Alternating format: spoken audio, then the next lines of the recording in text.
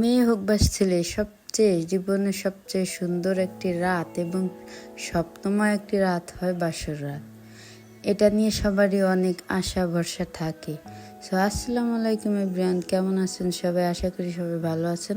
অনেক দিন পরে ভিডিও নিয়ে আসলাম, দয়া করে আমার ভিডিওটা সবাই দেখবেন। আমার এই জীবনে আমি যে কত বাসর ঘর সাজাইছি তার কোনো আমার মনে হয় আমার হিসাব নাই। তবে মজার একটা বিষয়, মজার না দুঃখের একটা বিষয় হলো যে আমি এত বাসর ঘর সাজাইছি কিন্তু এরকম একটা ফুলে সাজানো বাসর ঘরে শোয়ার সৌভাগ্য আমার হয়নি। তো যাই হোক, আজ চলে গিয়েছিলাম একটা ভাইস্তার বিয়ে। তো ও বলছিল আমাকে বাসর ঘর সাজাই দিতে, তো আমাদের পাশের বাসায় আর কি। আমি তো চলে গেলাম, যে ঘরটাকে সুন্দর করে একটু সাজানোর চেষ্টা করলাম আমি যেরকম আর কি পারি। কেমন লাগলো সবাই কমেন্ট করে জানাবেন। তাজা ফুলও ছিল, এমনি ফুলও ছিল, সব দিয়ে আর কি বাসর ঘরটা সাজাইছিলাম। তো মোটামুটি আলহামদুলিল্লাহ ভালোই হয়েছিল।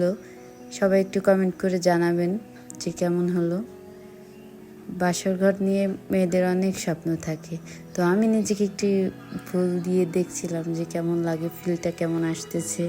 তো যাই হোক, আমার কপালে ঘুমানোর সৌভাগ্য না হলেও অনেক মানুষের মুখে আমি হাসি ফোটাতে পেরেছি, এটাই আমি অনেক খুশি, অনেক আনন্দিত। কারণ আমি অনেক অনেক অনেক বাসর ঘর সাজাইছি জীবনে। এই জন্য আমার কোনো আফসোস নাই যে আমার দ্বারা অনেক মানুষের অনেক খুশির ব্যবস্থা আমি করে দিতে পারছি। তো আজকে বাসর ঘরটা সাজাইছিলাম গাঁদা ফুল আর হচ্ছে গোলাপ ফুল আর হচ্ছে কিছু প্লাস্টিকের ফুল দিয়ে, মানে যা তারা এনেছি আমি ওইটা দিয়ে সাজাচ্ছিলাম।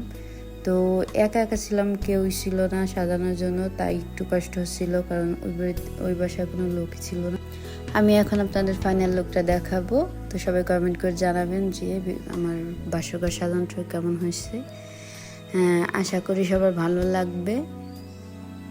তো দেখেন আমি কীরকম করে বাসর ঘরটা সাজিয়েছি, অল্প ফুলের মধ্যে, অল্প খরচের মধ্যে। আলহামদুলিল্লাহ। আমার ভিডিওটা কেমন লাগলো সবাই একটু কমেন্ট করে জানাবেন প্লিজ। আর নতুন বর বউয়ের জন্য শুভকামনা। ভালো থাকো, সুস্থ থাকো, সারা জীবন তোমরা এইভাবে একসাথেই থাকো।